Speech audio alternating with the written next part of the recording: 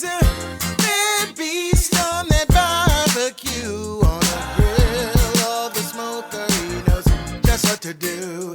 He's a red beast on that barbecue. Hey, what's going on, guys? Hey, welcome back to another episode of Bad Beast Barbecue. For those of you who follow my Facebook page and my Instagram, you guys saw that my wife and my son got me some Wagyu steaks from the Wagyu shop for Father's Day, okay?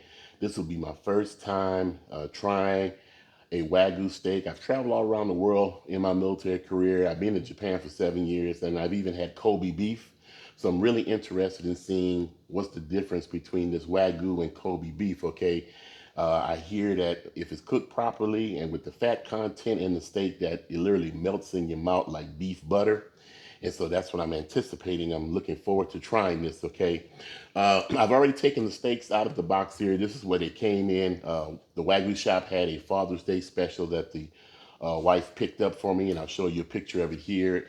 It had 2 steaks in it, and it had some Wagyu cubes in it. So I'll find something to use the cubes for, like maybe some type of Wagyu shish kebab or something along those lines. But we'll definitely find a way to use those, okay?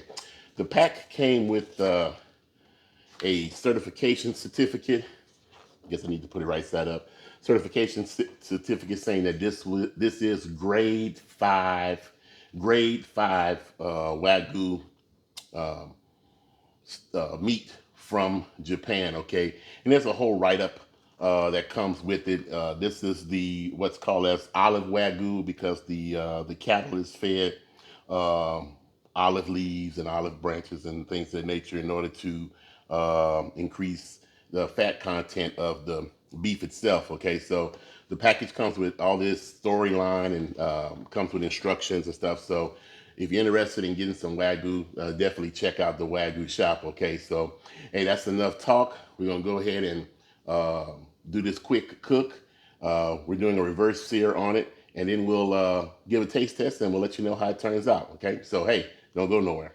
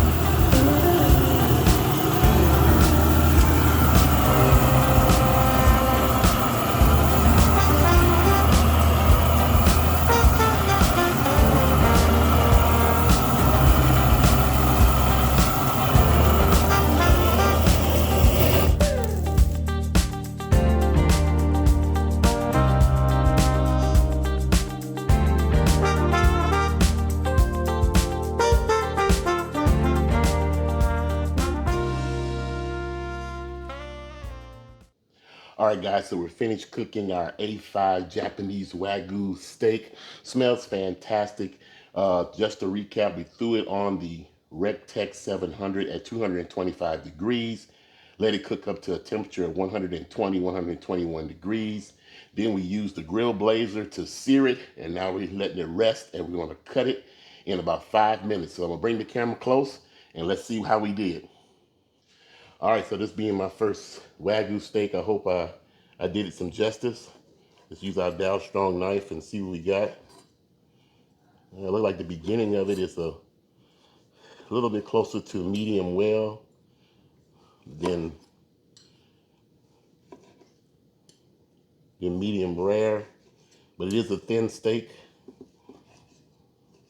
So I'm slicing it thin like it's suggested. Look at the fat and the marbling in there though, man. Wow. All right, that's good enough. Time to have a taste of my first Wagyu.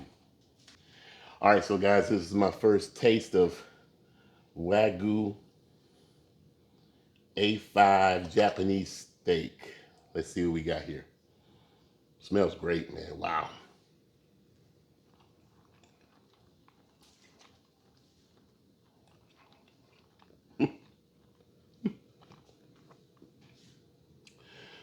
Ooh. Man, it's even better than I anticipated, man. You put that piece of Wagyu in your mouth, and it's like putting a tab of butter in your mouth, beef butter. It just gets on your tongue. You don't even get a chance to chew it long, where it just melts like butter, man. Oh my goodness. I can see why they say that if you have a larger steak, one person shouldn't eat it because it's so rich, man. You could share these steaks with a couple of people, man. I don't know if I'm gonna share this one, but gotta have a second, third, and fourth bite. Mm. Mm.